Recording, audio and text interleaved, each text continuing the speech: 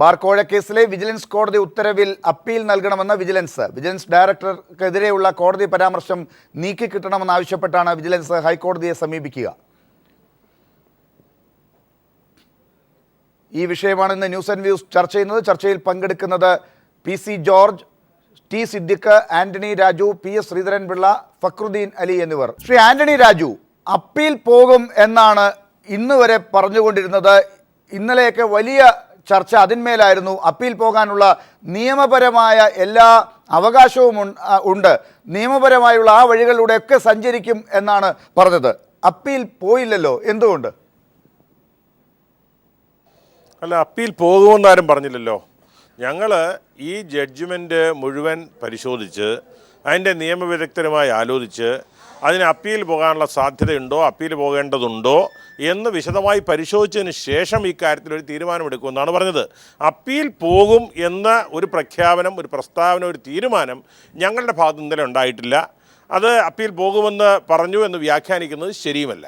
ഈ കേസിനെ സംബന്ധിച്ചിടത്തോളം ഇതിപ്പോൾ ഒരു തുടരന്വേഷണം ആണ്. KM മാണിയെ സംബന്ധിച്ചിടത്തോളം ഈ കാര്യത്തിൽ ഒരു തുടരന്വേഷണത്തിനാണ് വിജിലൻസ് കോടതി ഉത്തരവിട്ടിരിക്കുന്നത്.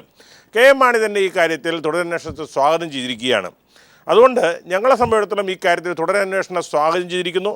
തുടരന്വേഷണം നടക്കട്ടെ.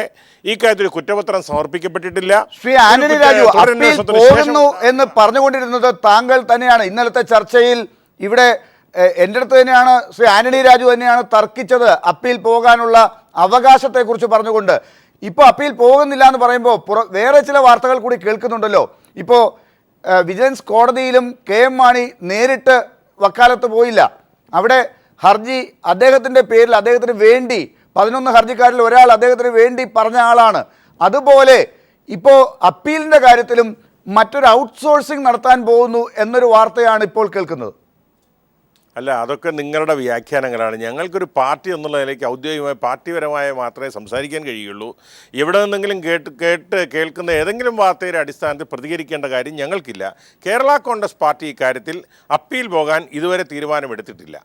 ശ്രീ PS ശ്രീധരൻപിള്ള കൂടി ഇപ്പോൾ ടെലിഫോൺ ലൈനിൽ ചേർന്നിട്ടുണ്ട്. ശ്രീ PS ശ്രീധരൻപിള്ള, ഇതാണ് ശ്രീ ആന്റണി രാജു പറയുന്നത്. എന്താണ് മറുപടി? അല്ല, കേരള കോൺഗ്രസിൽ ഇതിലെടുക്കുന്ന നിലപാട് അത്യന്തം ദൗർഭാഗ്യകരമാണ്. കാരണം അദ്ദേഹത്തിനെതിരായിട്ട് ഇപ്പൊ ഇതിന്റെ ചുരുക്കം എന്താ? പ്രഥമ ദൃഷ്ട്യ, അപ്പം FIR വരുന്ന പ്രഥമ ദൃഷ്ട്യ അല്ല, ചാർജ് ഷീറ്റ് കൊടുത്തതിൽ പ്രഥമ ദൃഷ്ട്യ അഴിമതി നടന്നു എന്ന് തെളിവുണ്ട് എന്ന് ഒരു കോടതി കണ്ടെത്തിയിരിക്കുന്നു. ആ കോടതിക്ക് മുമ്പാകെ എത്രയോ ആളുകൾ അനുകൂലം പ്രതികൂലമായി വാദിച്ചു. എല്ലാ മെറ്റീരിയൽസും കോടതി പരിശോധിച്ച ശേഷം ഇതിൽ സാഹചര്യ തെളിവുകളുമുണ്ട്, അതുപോലെ തന്നെ ദൃക്സാക്ഷി തെളിവുകളും ഉണ്ടെന്ന് വന്നാൽ ഇനി അതിന്റെ കാര്യത്തിൽ അപ്പീൽ പോകാതിരിക്കുകയോ ചെയ്തിട്ട്, പക്ഷെ അതിന്റെ ധാർമ്മിക ഉത്തരവാദിത്വം ഏറ്റെടുത്തുകൊണ്ട് സർവാത്മന സ്വാഗതം ചെയ്യുന്ന ഒരു പാർട്ടി ഈ കോടതിയുടെ വിധിയെ സർവാത്മന സ്വാഗതം ചെയ്യുന്നു എന്നാണ് ഇന്നലെ കേരള കോൺഗ്രസിന്റെ ഭാഗത്തു നിന്നും അഭിപ്രായപ്പെട്ടു. എന്നിട്ട് നിങ്ങൾക്ക് ജനങ്ങളോടൊരു പ്രതിബദ്ധതയില്ലേ? നിയമത്തോടൊരു പ്രതിബദ്ധത നിയമമന്ത്രിക്കില്ലേ? അതുകൊണ്ട് അദ്ദേഹം രാജിവെച്ച് ഇതിനെയെല്ലാം അതിന്റെ നിയമാനുസൃതമുള്ള നടപടിക്രമത്തിന് വിടുകയല്ലേ വേണ്ടത്? ഈ അധികാരത്തിന് വേണ്ടി ഇങ്ങനെ മാന്യതയില്ലാത്ത ഒരു രാഷ്ട്രീയത്തിലേക്ക് നമ്മൾ പോകണം. ഏത് പാർട്ടിയായാലും, കോൺഗ്രസ് ആയാലും BJP ആയാലും ഏത് പാർട്ടിയായാലും ഇത് ചെയ്യേണ്ടതല്ലേ? അല്ല, ഈ രാജി ആവശ്യപ്പെടാൻ ബഹുമാനപ്പെട്ട BJPയുടെ നേതാവ്, ഞാൻ വളരെ ബഹുമാനിക്കുന്ന ശ്രീധരൻപിള്ള സാറിന് എന്ത് ധാർമ്മികമായ അവകാശമാണുള്ളത്? അദ്ദേഹത്തിൻ്റെ പാർട്ടി നേതാവ് മുക്താർ അബ്ബാസ് നഖ്വി കേന്ദ്രത്തിൽ മന്ത്രിയായിരിക്കുന്ന 2 വർഷം ക്രിമിനൽ കേസിൽ ശിക്ഷ വിധിക്കപ്പെട്ട് ശേഷമാണ് മന്ത്രിയായിരിക്കുന്നത്.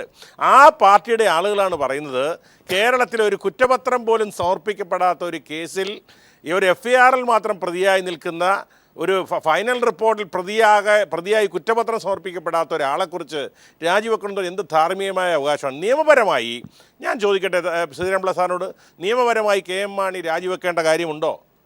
നിയമപരമായി ഉണ്ടെങ്കിൽ KM മാണിക്ക് ഇനി ആ കസേരയിൽ തുടരാൻ കഴിയുമോ? കോടതി ആ ജഡ്ജ്മെൻറ്റിൽ എവിടെയെങ്കിലും KM മാണി ഈ കേസിൽ അന്വേഷണത്തിൽ അവിഹിതമായി ഇടപെട്ടതായി പറയുന്നുണ്ടോ? KM മാണി ഈ കേസിൽ മന്ത്രിസ്ഥാനം തുടരുന്നത് ശരിയല്ല എന്ന് പറഞ്ഞിട്ടുണ്ടോ? അപ്പോൾ അങ്ങനെയുള്ള കമന്റുകൾ ചില കോടതികൾ പാസാക്കിയ ചരിത്രവും ഉള്ളപ്പോൾ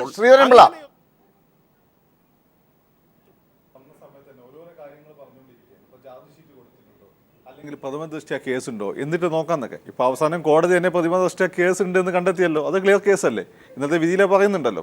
ഇനി അതിപ്പോൾ ഇല്ലാന്ന് ആന്റണി രാജു പറയുമെങ്കിൽ അത് ബാക്കി ആളുകൾ ഗൂഗിൾ പോയി നോക്കട്ടെ. ഇതാണ് ഇപ്പോൾ പ്രധാനപ്പെട്ട ഡിസ്കഷൻ. ഇപ്പോൾ BJP-ക്കാരും എല്ലാവരും പറയുന്ന കാര്യം ഇങ്ങനെ സംഭവിച്ചില്ല. ഞാൻ ആളുകൾ ഗൂഗിളിൽ പോയി നോക്കട്ടെ എന്ന് എനിക്ക് പറയാനുള്ളൂ. ഇവിടെ ഒരു സംഭവം എന്ന് വെച്ചാൽ മാണിയുടെ ഒരു പ്രോബ്ലം എനിക്ക്, അല്ലെങ്കിൽ കേരള കോൺഗ്രസിൻ്റെ പ്രശ്നം എന്ന് വെച്ചാൽ ഈ പാർട്ടി അതിൻ്റെ കാലഘട്ടം കഴിഞ്ഞിരിക്കുന്നു. ഇത് പണ്ടത്തെ പത്രവാർത്തകളുടെയും പത്ര റിപ്പോർട്ടുകളുടെ കാലഘട്ടത്തിലാണ് ജീവിക്കുന്നത്. അങ്ങനെ പത്ര റിപ്പോർട്ടുകളുടെ കാലഘട്ടത്തിൽ എന്താ ഒരു പ്രശ്നം എന്ന് വെച്ചാൽ ഇങ്ങനെ എന്തെങ്കിലും ഗിമ്മിക്കൊക്കെ കാണിച്ച് നിൽക്കാൻ പറ്റും, ആളുകൾ ചിലപ്പം വിശ്വസിക്കുന്നു. ഇതല്ലല്ലോ. ഇപ്പോൾ ലാല് ലൈവായിട്ട് കൊടുക്കും. ലാലിൻ്റെ ഒരു ഡിസ്കഷൻ തന്നെയാണ് ഇത് ആദ്യമായിട്ട് ഈ വിവാദം കത്തിപ്പടർന്നത്. പിന്നെ മാത്രമല്ല ഫേസ്ബുക്കിലെല്ലാം വരുന്ന കമൻറ്റുകളൊക്കെ കണ്ടാൽ മനസ്സിലാവില്ലേ. അപ്പോൾ പുതിയ കാലഘട്ടത്തിൻ്റെ സെൻസിബിലിറ്റി ഉൾക്കൊണ്ടുകൊണ്ട് മാറി നിൽക്കാൻ വേണ്ടത്. അതിന് നമുക്ക് നല്ലൊരു മാതൃക കാണിച്ച് ആം ആദ്മി പാർട്ടി തന്നെയാണ്. അവരുടെ ഓരോ ആരോപണം വന്നപ്പോൾ അവർ കൃത്യമായിട്ട് അവരുടെ മന്ത്രിമാരെ മാറ്റി. നമ്മളെ എസ്റ്റാബ്ലിഷ് ഇവിടെ കേരളത്തിലാണ് കമ്മ്യൂണിസ്റ്റ് പാർട്ടികൾ മാത്രമാണ്. ഇപ്പോൾ പിണറായി വിജയൻ പാർട്ടി സെക്രട്ടറി സ്ഥാനത്ത് മാറുന്നില്ല എന്ന് പറയുന്നത് ഒരു അടിസ്ഥാനമില്ലാത്ത ആരോപണമാണ്. പാർട്ടി സെക്രട്ടറി സ്വകാര്യ പോസ്റ്റല്ല, ഒരു പബ്ലിക് പോസ്റ്റ് അല്ല, അത് സ്വകാര്യമായ പാർട്ടിയുടെ ഇന്റേണലായ മാറ്റമാണ്. ഇവിടെ ഈ കാലഘട്ടത്തിന്റെ ആവശ്യകത മനസ്സിലാക്കി മാണിക്ക് മാറി നിന്നൂടെ? ആന്റണി രാജുവിനെ MLA ആയിരിക്കില്ല, ഒരേ മിടുക്കന്മാരായ ആളുകളുണ്ടല്ലോ. എന്താണ് അദ്ദേഹത്തിന് ധാർമ്മികത മാത്രം. ഇപ്പൊ നിയമപരമായി തന്നെ ഇത്തരത്തിലൊരു പ്രതിയായി കുറ്റം ആരോപിച്ച് അപ്പുറത്ത് നിൽക്കുമ്പോൾ കോടതി അത് നിരീക്ഷിച്ച ശരിയാണ് എന്ന് പറയുമ്പോൾ അദ്ദേഹം മാറി നിൽക്കുന്നില്ല എന്നുള്ളതാണ് ഇപ്പോൾ ഒരു പുതിയ കൗതുകകരമായ കാര്യം. അതെ, നമ്മളെ നീതിന്യായ സംവിധാനത്തിൽ ഞാൻ ഈ പറഞ്ഞ ഔട്ട്ഡേറ്റഡ് ആയിട്ട് പ്രശ്നങ്ങളുണ്ട്. ഇത്തരം സംഭവം വന്ന ഒന്ന് ഇങ്ങനെ മാറി നിൽക്കണമെന്ന് എവിടെയും പറയുന്നത് അതാണ് ഉപയോഗിക്കുന്നത്. അപ്പം ആ ഒരു ലൂപ്പ് ഹോൾ ഉപയോഗിക്കുമ്പോൾ മനുഷ്യൻ്റെ ധാർമ്മികതയാണ് ഇവിടെ പ്രധാനം. ഇപ്പം വിൻസെൻ്റ് പോളിന് വേണമെങ്കിൽ തുടരാമായിരുന്നല്ലോ, അദ്ദേഹം തുടർന്നിട്ടില്ല. കാരണം അദ്ദേഹത്തിന് മിനിമം ധാർമ്മികമാണ്, വിവരവും വിദ്യാഭ്യാസം ഉള്ള ആളാണ്, കഷ്ടപ്പെട്ട് IPS എഴുതിയെടുത്ത ആളാണ്. അതിൻ്റെയൊക്കെ ഒരു ഗുണം അദ്ദേഹം കാണിച്ചു, അത്രമാത്രമാണ്. ഇപ്പം നമ്മൾ കേരളത്തിൽ മൊത്തം നോക്കിക്കഴിഞ്ഞാൽ IPS വരെയാണ് കുറച്ചുകൂടി നേരെ പോലെ അതിൽ പോയിക്കൊണ്ടിരിക്കുന്ന ആൾ. കേരള പോലീസാണ്. ബാക്കി ബ്യൂറോക്രസിയുടെ കാര്യമൊന്നും പറയേണ്ട, രാഷ്ട്രീയക്കാരുടെ കാര്യവും പറയേണ്ട. അപ്പം നമ്മൾ മനസ്സിലാക്കേണ്ട ഒരു കാര്യം, നിങ്ങൾ കേരളത്തെ അഡ്രസ്സ് ചെയ്യുന്നത്.